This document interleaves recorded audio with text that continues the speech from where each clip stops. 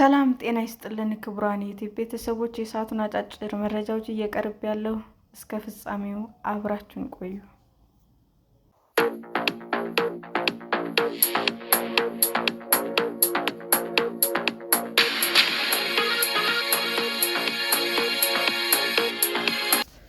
የፕሪቶሪያል ስምምነት ተደራዳሪ አቶ አሰፋ አብርሃ በኢትዮጵያና ኤርትራ መካከል ጦርነት የመቀስቀስ እድሉ ጠባብ ነው።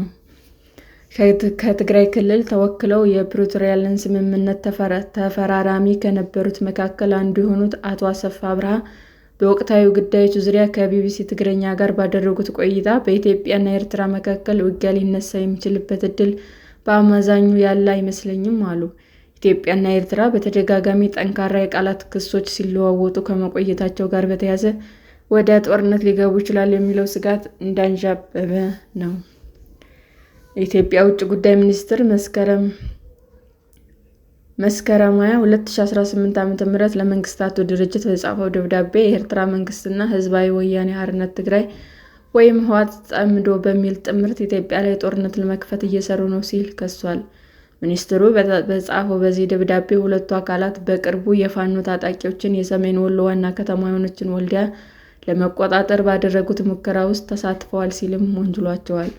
ለተባበሩት መንግስታት ዋና ጸሐፊ አንቶኒዮ ጉተሬዝ በውጭ ጉዳይ ሚኒስትሩ ጌዲዮን ጢሞቴዎስ የተጻፈው ይህ ደብዳቤ በኤርትራ መንግስትና በህወሓት አክራሪ አጀንዳ መካከል ያለው ጥምረት ባለፉት ጥቂት ወራት ግልጽ እየሆነ መጥቷል ብሏል። ከዚህ ደብዳቤ መጻፍ ቀደም ብሎ በነበሩት ወራት ደግሞ በተለይም ቀይ ባህር ጉዳይ ጋር በተያያዘ የሁለቱ ሀገራት ውጥረት እየተባባሰ መጥቷል። በአቶ ጌታቸው ረዳ ይመራ የነበረው የትግራይ ጊዜያዊ አስተዳደር አማካሪ የነበሩት አቶ አሰፋ ከቅርብ ጊዜ ወዲህ በኢትዮጵያና ኤርትራ ውጥረት መንገሱን ተከትሎ ምን ሊፈጠር ይችላል የሚል ጥያቄ ቀርቦላቸዋል። ጦርነቱ የመቀስቀስ እድሉ ጠባብ ነው የሚል እምነት እንዳላቸው ገልጸው ከሻዕቢያ ጋር ያለውን ሁኔታ እንዴት ታየዋለህ ላልከው አንዱ ስሌት አብይ እና ኢሳያስ ይዋጋሉ የሚል ነው። አብይ እና ኢሳያስ ይዋጋሉ፣ ሊዋጉም የሚችሉበት እድል አላቸው። እኔ በአማዛኙ አይመስለኝም፣ የሚያዋጋ ምክንያት የላቸውም ሲሉ ምላሽ ሰጥተዋል።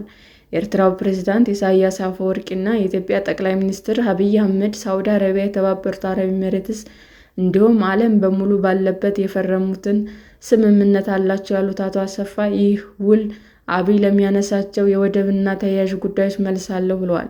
ጠቅላይ ሚኒስትር አብይ አህመድ የታላቁ ህዳሴ ግድብ መጠናቀቅን አስመልክቶ ከማህበራዊ ጉዳይ አማካሪዎች ጋር ባደረጉት ውይይት ላይ ቀይ ባህር ከ30 ዓመታት በፊት በኢትዮጵያ እጅ እንደነበረ ጠቅሰው ስህተቱ ነገ ይታረማል ሲሉ መናገራቸው ይታወሳል። ቀይ ባህር እኮ የዛሬ 30 ዓመት እኛ እጅ ነበር። ቀይ ባህር የዛሬ 30 ዓመት የትናንት ታሪክ ነው። የተፈጠረው ስህተት ትናንትና ነው፣ ነገ ይታረማል፣ ብዙም ከባድ አይደለም ማለታቸው አይዘነጋም። ኤርትራ ነፃነቷን ስታገኝ ከቀይ ባህር የተነጠለችው ኢትዮጵያ ከጥቂት ዓመታት በፊት ጠቅላይ ሚኒስትር አብይ ኢትዮጵያ በቀይ ባህር በኩል የባህር በር የማግኘት ፍላጎት እንዳላት ይፋ ካደረጉ በኋላ በኤርትራ በኩል ስጋት ተፈጥሯል። ከትግራይ ክልል ተወክለው የፕሪቶሪያልን ስምምነት ተፈራራሚ ከነበሩት መካከል አንዱ የሆኑት አቶ አሰፋ አብርሃ ከቢቢሲ ትግርኛ ጋር ባደረጉት ቆይታ ከተነሱላቸው ጥያቄዎች መካከል የፕሪቶሪያ ስምምነት የሚመለከቱ ይገኙበታል። ፕሪቶሪያል ሲፈርም አዲስ አሰላለፍ እና ሁኔታዎች እንደሚፈጠር ስንፈርመውም ጀምሮ ይታወቅ ነበር በማለት አቶ አሰፋ ተናግረዋል። ጄኔራል ጻድቃነ ገብረተንሳይ የፕሪቶሪያልን ስምምነት በተመለከተ የስምምነቱ ተጽዕኖ ውጊያ ማቆም ብቻ አይደለም፣ በአፍሪካ ቀንድ የኃይል አሰላለፍን ይቀይራል ብሎ ገልጾት ነበር። በመሰረቱ የአሰላለፍ ለውጥ እንደሚኖር ግንዛቤ ነበር ማለታቸውንም ጠቅሰዋል። ግጭት ማቆም ስምምነት ተፈራራሚው ህወሓት ከኢትዮጵያ ብሔራዊ ምርጫ ቦርድ ዳግም እውቅና ቢሰጠው ብዙም ሳይቆይ ህጋዊነቱን አጥቷል። አንዱ ተፈራራሚ ህጋዊ ህልውና ባጣበት ሁኔታ ስምምነቱ ምን ሊሆን ይችል በሚል ለቀረበላቸው ጥያቄ ከ10 በላይ የማዕከላዊ ኮሚቴ አባል የያዘ ዋና የፕሪቶሪያል ተደራዳሪ ትልቁ ቡድን ተቆርጦ ወጥቷል። በውስጣቸው ከተወሰኑ የሰራዊት አመራር ጋር ሆነው ደርግን የመሰለ ኃይል በማዋቀር የተረፈውንም የመንግስት መዋቅር ጎትተው ወደ ዋናው ጸረ ፕሪቶሪያል ወደ ሆነው ኃይል አሳልፈው እየሰጡ ነው። እያየን ያለነው ይህ ነው ሲሉ ምላሽ ሰጥተዋል። ጨምረውም ሁሉን አቃፊ የተባለ መንግስት የባሰ ጠበብ በድርድሩ የነበሩ እንዲሁም ከሽግግሩ በኋላ የተፈጠሩ ኃይሎች አብዛኞቹ ተበታተኑ። ህወሓት ራሱ ለሁለት ለሶስት ተሰነጣጥቆ ጠፋ። ህጋዊነቱንም አጥቶ መክኗል። ሰራዊቱም ከሁለት ሶስት ተከፍሎ እዙን አጥቷል በማለት አቶ አሰፋ አሁን ያለውን ክፍፍል ገልጸዋል። አቃፊ ሳይሆን የባሰ በታኝ ነገር መጥቷል ያሉት አቶ አሰፋ የመንግስት ወይም የጀነራል ታደሰን ትዕዛዝ ሰምቶ ከሚሰማራ ሰራዊት ይልቅ እምቢ ብሎ ቤቱ የተቀመጠ ወይ ትዕዛዝ ሲሰጠው አልቀበሉም ተራራ ሄዶ የተቀመጠ ይበዛል። ብዙ ኃይል እየፈረሰ ነው። ህወሓትም እንደምታያት ናት ብለዋል። በአቶ ጌታቸው የሚመራው ጊዜያዊ አስተዳደር ለምን ፈረሰ? የትግራይ ጊዜያዊ አስተዳደር በአቶ ጌታቸው ረዳ ይመራ በነበረበት ወቅት አማካሪ የነበሩት አቶ አሰፋ ይህ ጊዜያዊ አስተዳደር ለምን እንደፈረሰ ጠይቀዋል። እኛ ከብልጽግናም ሆነ ከሻዕቢያ ጋር መወገን አይጠቅመንም የሚል እምነት ነበረን። ከሁለቱም ተከላክሎ የሚያሻግረን የፕሪቶሪያል ነው ሲሉም ተናግረዋል። ደክመናል፣ አቅም አጥተናል፣ ወደዚህም ወደዚያም ማለቱ አሽከር ለመሆን ካልሆነ በስተቀር የሚያመጣልን ነገር የለም። ይልቅ ራሳችን በራሳችን ለማዳን ለማከም እንሰራለን የሚል አቋም እንደነበራቸውም ገልጸዋል። አክለውም ጉዳዮቻቸው ደግሞ መልክ ባለው መልኩ ምላሽ እንዲያገኙ ይጠቅመናል። እኛ ራሳችን አንድ ነን፣ እነርሱም ወደ ጦርነት ከማስገባት እናተርፋቸዋለን የሚል እምነት ነበረን በማለት የጊዜያዊ አስተዳደሩን አቋም አብራርተዋል። ይህ አቋም ቢኖራቸው ግን የመጨረሻ ላይ መካድ እና መፈንቅለ መንግስት መምጣቱ ገልጸዋል። ይህ ማንም ሰው የማይስተው መሰረታዊ ነገር ነው። እናም በእነዚህ መሰረታዊ ነገሮች ላይ እንግባባለን የሚል ተስፋ ነበረን። የሰራዊቱ ከፍተኛ አመራሮች ፖለቲካ የማይገባቸው የምትላቸው አይደሉም። ለምሳሌ ጀነራል ታደሰ በፖለቲካ የበቃ ነው፣ ይረዳዋል። በዚህ ጉዳይ አንካድም የሚል እምነት ነበረን። አቶ አሰፋ ጨምረው መጨረሻ ግን እንዳየኸው ሆነ። የግል ጥቅም አሳስቧቸው ይሁን ወይም ሌላ ትስስር ይኑር አይታወቅም፣ ክህደት ፈጽመው መፈንቅለ መንግስት አደረጉ ብለዋል። በህወሓት አመራሮች መካከል የተፈጠረው መከፋፈል መጠናከሩን ተከትሎ ለሁለት ዓመታት የትግራይ ክልል ጊዜያዊ አስተዳደርን በፕሬዝዳንት የመሩት አቶ ጌታቸው ረዳ መጋቢት 30 2017 ዓ.ም ከስልጣን ተነስተው ምክትላቸው ሌተናል ጀነራል ታደሰ ወረደ መተካታቸው ይታወሳል። በቀድሞ የትግራይ ጊዜያዊ አስተዳደር እና በዶክተር ደብረጽዮን ገብረ ሚካኤል በሚመራ የህወሓት ክንፍ መካከል ተከስቶ የነበረው ክፍፍል በክልሉ ላይ ስጋት ፈጥሮ ነበር። አቶ አሰፋ የተፈጠረውን ልዩነት ሲገልጹ እኛ ምንም የማንመርጠውን አማራጭ ይዘው መጡ። እኛን ለመግደል ዝግጁ ነበሩ። ሰው ለመግደል ለማሰር ቆርጠውና ወስነው ቀጠሉ። እኛም ለመነጋገርና ለመወያየት እንጂ በጠመንጃ አስገድደን ልንፈጥረው የምንፈልገው ተጽዕኖ አልነበረም ብለዋል።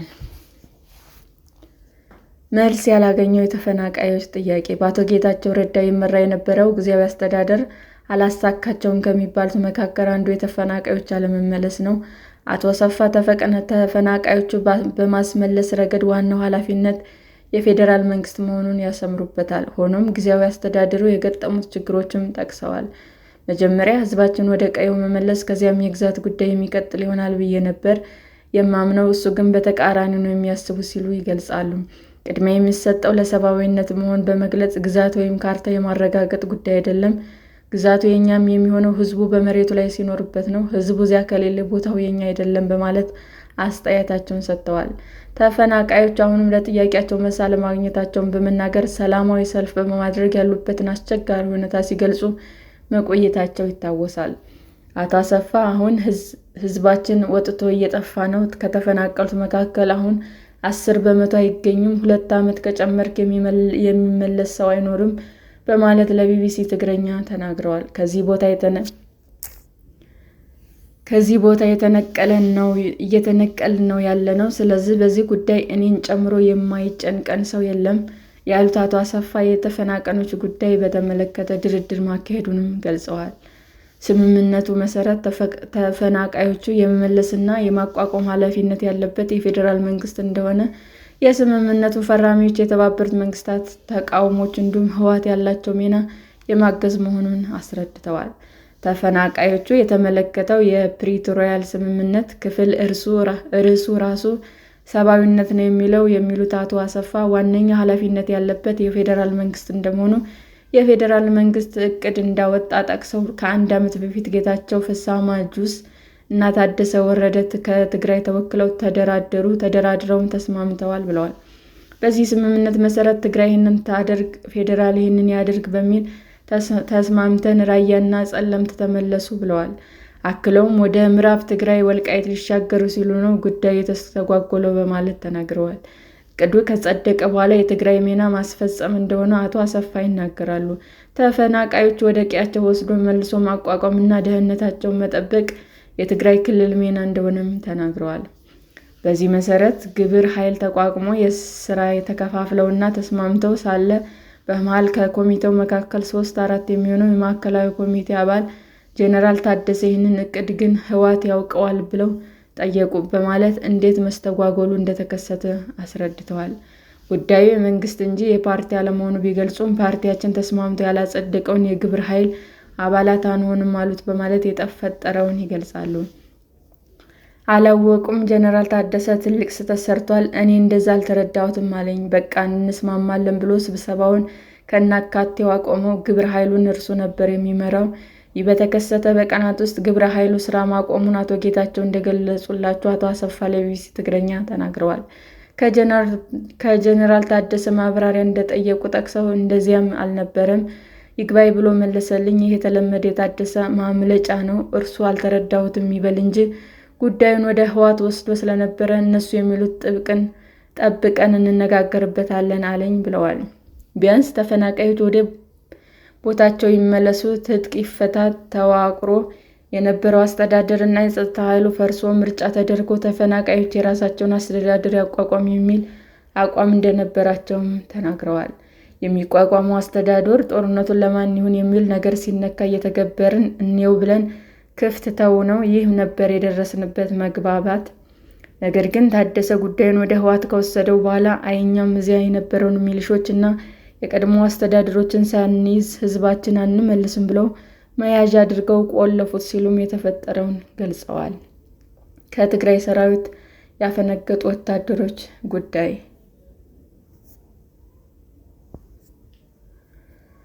ከትግራይ ሰራዊት አፈንግጠው ከወጡት ወታደሮች ጋር ስላላቸው ግንኙነት እንዲሁም እነዚህ አፈንጋጮች ወታደሮች የፌዴራል መንግስት ድጋፍ አላቸው ስለሚባለው ጥያቄ የቀረበላቸው አቶ አሰፋ ወደዚህ ሁኔታ ያስገባን ምክንያት አንድ ነው። አሁን ወደ ነፃ መሬት የወጡት እኮ በባለፈው ጦርነት ከፍተኛ ስምና ብቃት የነበራቸው አዛዦች ናቸው ብለዋል። ኮር እና ከኮር በላይ በሚል በተካሄደው ስብሰባ ላይ ዘፋኝና ኮሚሳር ጦር ወክሎ ድምፅ ሲሰጥ እውነተኛ አዛዥ አይሆንም ብለው ሰብስበው ረግጠው የወጡ ናቸው ሲሉም አክለዋል። ጨምረውም እነ ወዲ አንጥሩ፣ እነ ወዲ ጎሽ፣ እነ ወዲ አባተ ቀላል ሰዎች እንዳይመስሉ የምንታገለው ለትግራይ ህዝብ እንጂ ለአንድ ፓርቲ አይደለም፣ ለህወሓት አይደለም፣ የህወሓት አባልም አይደለንም ብለው ነው የወጡት ብለዋል። አቶ አሰፋ ከቢቢሲ ትግረኛ ጋር ባደረጉት ቆይታ በዚህ ጉዳይ ላይ እኔም ከእነርሱ ጋር ነኝ፣ ወታደር ብሆን ኖሮ ከእነርሱ ጋር ነበር የምሆነው ግን የምወግነው በማለት ከትግራይ ሰራዊት አፈንግጠው የወጡት ወታደሮችን በተመለከተ ያላቸውን አቋም ገልጸዋል። አሁን ሁሉም ነገር እየጠራ ነው። መሄድ የፈለገ ሁሉ ቆርጦ ወደ እነርሱ እየሄደ ነው። አሁን እነርሱ ተደራጅተው ያግዙናል ብለን ተስፋ እናደርጋለን። ከእኔ ጋር ያለን ግንኙነት በዚህ መልኩ ነው። ከፌዴራል መንግስት ጋር ያለው ግንኙነት በተመለከተ የፌዴራል በጀት ወደ ትግራይ ተልኮ ነው ለጆን መዲድም ለታደሰ ወረደም ደሞዝ የሚከፈለው። ስለዚህ እነሱም ከዚህ በጀት የድርሻ ጥያቄ አንስተዋል ብለዋል። የትግራይ ሰራዊት እና የትግራይ አስተዳደርም ነን የወረዳና የዞን አስተዳዳሪዎች ነን። እዛ ያለነው መንግስት አላቀፈንም፣ አይወክለንም። የሚያቅፈንና የሚወክለን መንግስት ለማቋቋም ስምምነት ነበረን። ነገር ግን ስምምነት አልተፈጸመም። ስለዚህ ድርሻችን ይገባናል ነው ያሉት ይላሉ። የደህንነት ስጋት አቶ አሰፋ በእሳቸው እንዲሁም በአቶ ጌታቸው ረዳና ጄኔራል ጻድቃነ ገብረትንሳኤ ላይ የደህንነት ስጋት ማንዣበቡን ለቢቢሲ ትግረኛ ገልጸዋል። በሀገራቸው በመቀለ መኖርና መስራት የማንችልበት የደህንነት ሁኔታ ፈጥረው ጌታቸው እንዴት ብሎ እንደወጣ ታውቃለህ ብለዋል። አክለውም አጃቢህ ብለው የመደቡልኝን ሰው መልምለው በእኔ አማካኝነት እኔን ጨምሮ ጌታቸውና ጻድቃንን ለመግደል ተልዕኮ ተሰጥቶ ራሳቸው ናቸው በቤት የያዙትን በማለት ተናግረዋል። አቶ አሰፋ ጨምረው የአሜሪካ መንግስት በአቶ ጌታቸውና በጄኔራል ጻድቃን ላይ የተቀነባበረ ግድያ አለ በሚል እንዳስወጣቸው ገልጸዋል። በኋላም ሰምተናል። የሆኑ ሰዎች ቤቱ ጋር መጥተው ተይዘዋል፣ ስለዚህ ርቀው ሄደዋል። እዚህ ላይ ብዙም ባንደባበቅ ሲሉም ተናግረዋል። ሰላም ጤና ይስጥልን ውድ የዩቲዩብ ቤተሰቦቼ እንዴት ናችሁ? አዲስ ጀማሪ ነኝና ሰብስክራይብ ያደረጋችሁ አበረታቱኝ። አመሰግናለሁ። ክቡራን የዩቲዩብ አድማጮቻችን ለሰዓቱ ያቀረብኩላችሁ አጫጭር መረጃዎች ይህንን ይመስል ነበር። በሌላ መረጃ እስክንገናኝ ሼር፣ ላይክ፣ ሰብስክራይብ እንዲሁም ቢቀርብልን የምትሉት መረጃ ካለ ኮሜንት እያደረጋችሁ ቸር ቆዩን።